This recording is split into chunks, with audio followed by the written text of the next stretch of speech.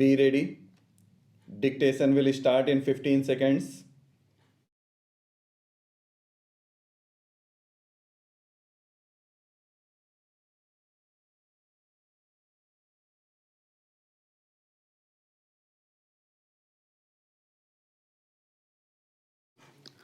I am very happy to be present here today for opening the new building of your university.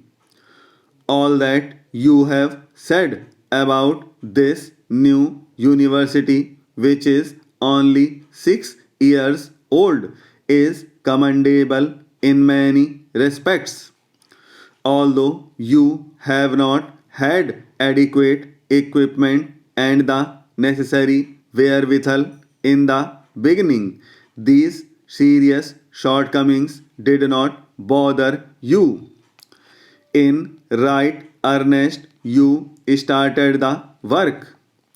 One might feel sorry, but I am sure no one will feel surprised to know that in its seventh year, this university does not possess departments in subjects like Sanskrit and English on the side of arts and physics, chemistry, anthropology, and geology on the side of science.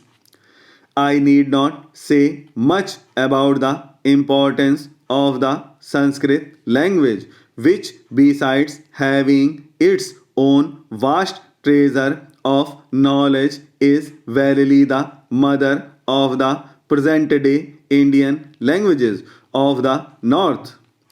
The study of English language and literature is also essential for a university student, for it is a language which many in our country have been cultivating for the last 200 years and which is recognized as a medium of international expression by virtue of its being the language of a number of countries. Equally important is the study of chemistry and physics, which are in a way the basic sciences which go to form the foundations of all technical and scientific knowledge. As for anthropology and geology, these two subjects have special significance for your state. Inhabited as your state is by a number of tribal people speaking different tongues and having different customs and possibly belonging to different ethnic groups. No other state in India provides such favorable conditions and opportunities for the study of anthropology as yours.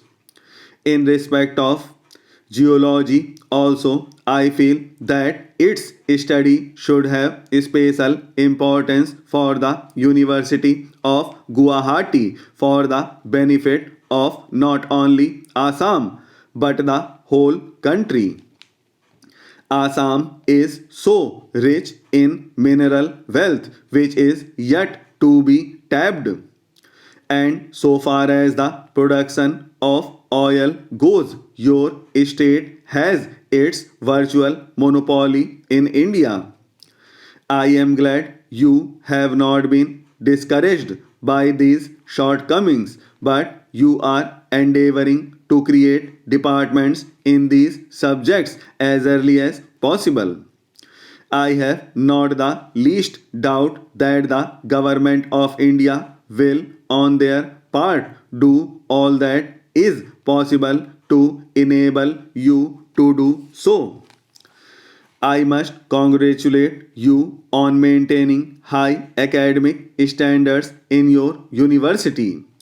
It has been said in certain quarters that for the last few years some of our universities have relaxed their standards. I cannot verify how far it would be correct to say so, but If there is any truth in it, this trend is to be deplored and discouraged because universities must always look ahead and after imparting education must of necessity be upright, even strict in the matter of conferring degrees, destinations, or honors. You have done the right thing in sticking to this ideal from the very beginning. I am one with you that in order to be fully useful to the people for whom a university serves, it ought to be a teaching body. I am glad that in your planning you have kept this point in view. I hope the building which you have been good enough to invite me to open today marks the beginning of your undertaking in that direction. Apart from imparting education, which is after all the real aim of a university, it will also help you to coordinate and centralize your academic activities. What has particularly pleased me in the Vice Chancellor's address is his reference to the fact that your university is likely to provide a great meeting place for the different racial and linguistic groups inhabiting Assam. My own view is that a university, besides being a seat of learning, should also be a center of real cultural activity for the mixing of people professing different faiths, speaking different tongues, and having different customs and traditions. No other place can be more suitable than a university.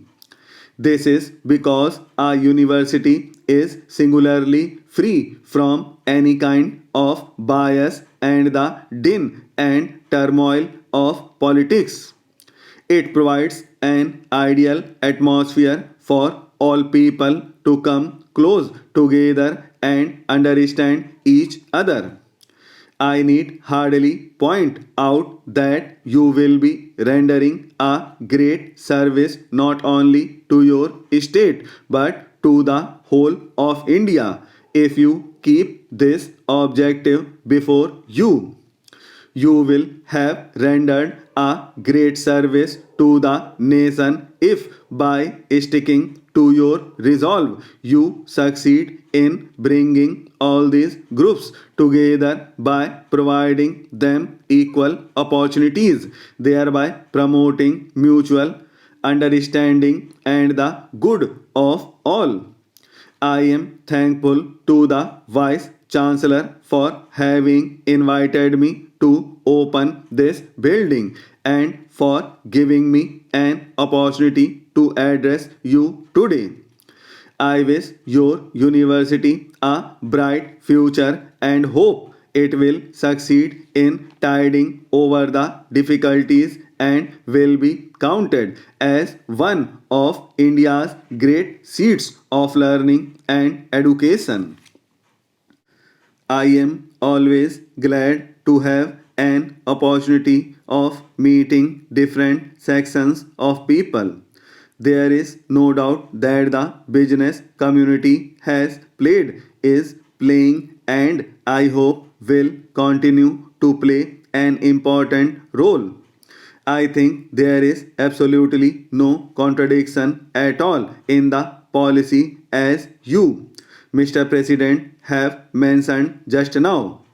We do think that the private sector has an important part to play, but we think that what goes by the name of pragmatism is precisely what you have condemned in the later part of your speech, that is, expediency on the part of the very small section of the people at the cost of the larger section of the people, and unless the business community realizes this, It is no use talking of obligations to the public unless you know exactly what that means.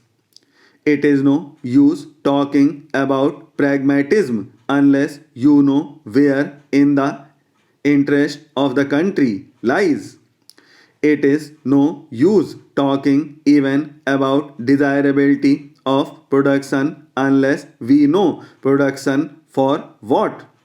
Do we want to produce for the sake of producing, or do we want to produce so that the standard of living of the poorest of our people can be raised?